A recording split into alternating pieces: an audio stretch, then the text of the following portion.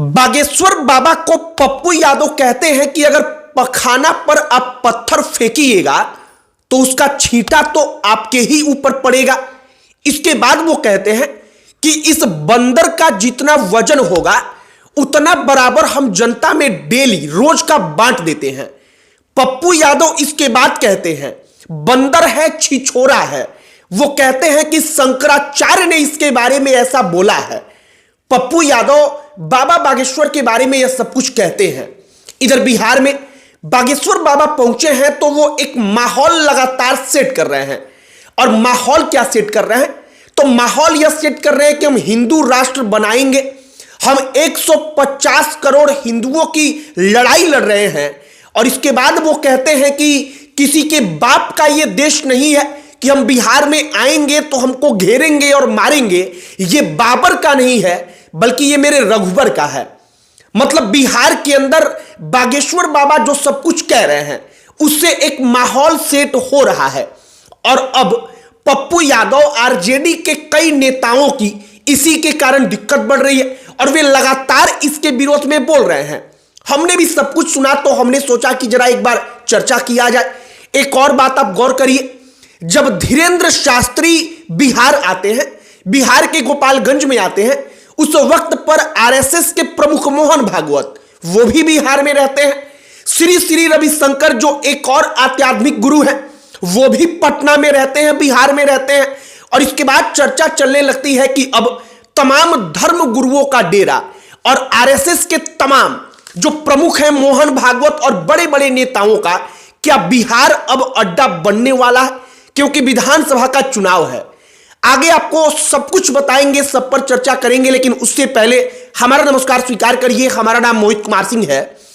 बागेश्वर बाबा धीरेन्द्र शास्त्री, क्योंकि नेताओं को लगता है कि ये तो धीरेन्द्र शास्त्री माहौल क्रिएट कर रहे हैं, हिंदुत्व का माहौल बना रहे हैं। और हिंदुत्व का माहौल बनेगा तो उनको लगता है कि बीजेपी को फायदा होगा। अब इसके बाद प्रतिक्रियाएं क्या आती हैं?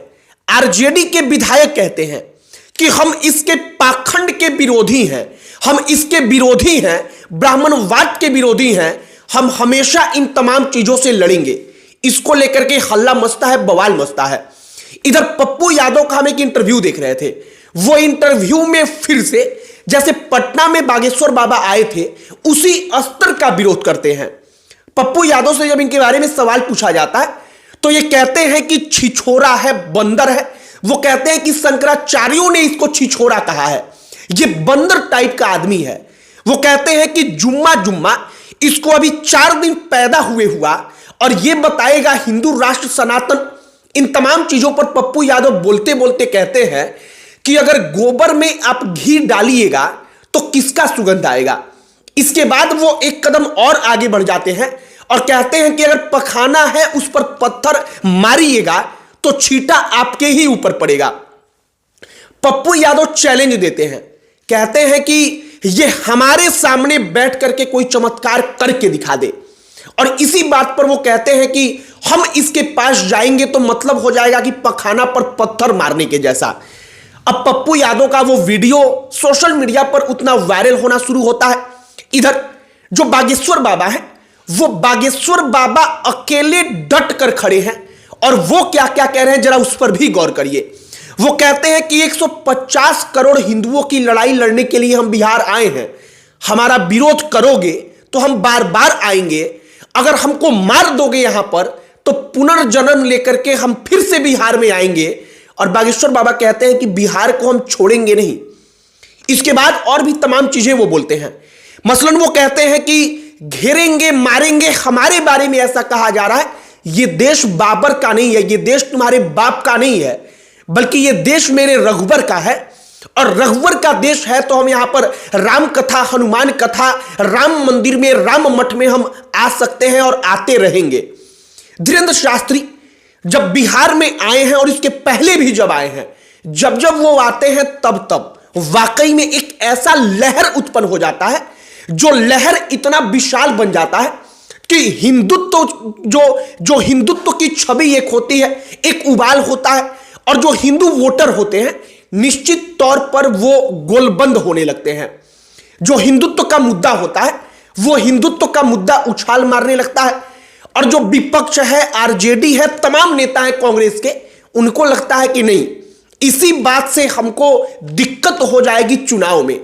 बाकी अब कहा जा रहा है कि चुनाव तक धीरेन्द्र शास्त्री के बाद कई सारे धर्म गुरुओं का आना जाना बिहार में लगा रहेगा। एक और बात कहा जा रहा है कि भारतीय जनता पार्टी वाकई में चाहती है कि एक माहौल सेट हो, एक ऐसा माहौल सेट हो कि हिंदू वोटर्स जो हैं वो गोलबंद हो। हिंदुत्व के नाम पर, हिंदुओं के नाम पर पिछड़ा, अति पिछड़ा, अगड़ा, दलित, इन तमाम लोगों को एकजुट किया जाए। और इन तमाम लोगों को एकजुट किया जाएगा तो एनडीए जानती है, बीजेपी जानती है कि हमको तगड़े तरीके से फायदा होने वाला है। बाकी अब बागेश्वर बाबा बनाम पप्पू यादव की लड़ाई एक बार फिर से चल रही है।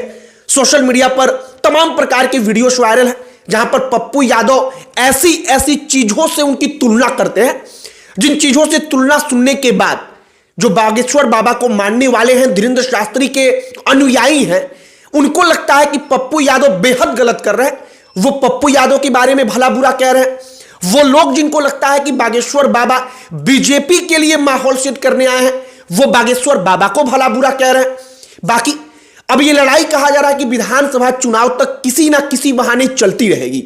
किसी ना किसी बहाने का मतलब आज धीरेन्द्र शास्त्री, कल को दूसरे बाबा, परसों तीसरे बाबा, लगातार विधानसभा चुनाव तक बिहार में आते रहेंगे, उनका कार्यक्रम होता रहेगा।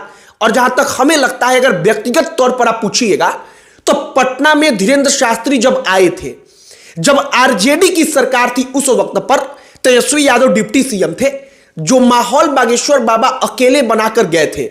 अगर पटना में और बड़े बड़े जगहों पर बिहार में 3-4 कार्यक्रम उनका हो जाता है तो वाकई में एक प्रकार से मानसिक तौर पर जो आरजेडी के कार्यकर्ता होंगे, नेता होंगे, वो पहले ही अपनी हार मान लेंगे।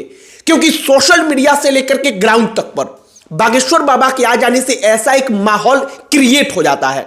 बाकी अब जो हम तमाम चीजें आपको मैंने बताया, इस पर आपकी क्या प्रतिक्रिया है, आप क्या कहेंगे, कमेंट बॉक्स में लिखकर बताइएगा। वीडियो यहीं पर समाप्त करते हैं। अन्य कोई टॉपिक जिस पर आप चाहते हो कि हम वीडियो बनाएं तो उसे भी आप कमेंट बॉक्स में लिखकर बताइएगा। हमारा पूरा प्रयास होगा कि हम उस टॉपिक पर वीडियो जरूर बनाएं। बाकी अंत में हमारा परिचय, हमारा नाम मोहित कुमार सिंह है। बहुत बहुत धन्यवाद।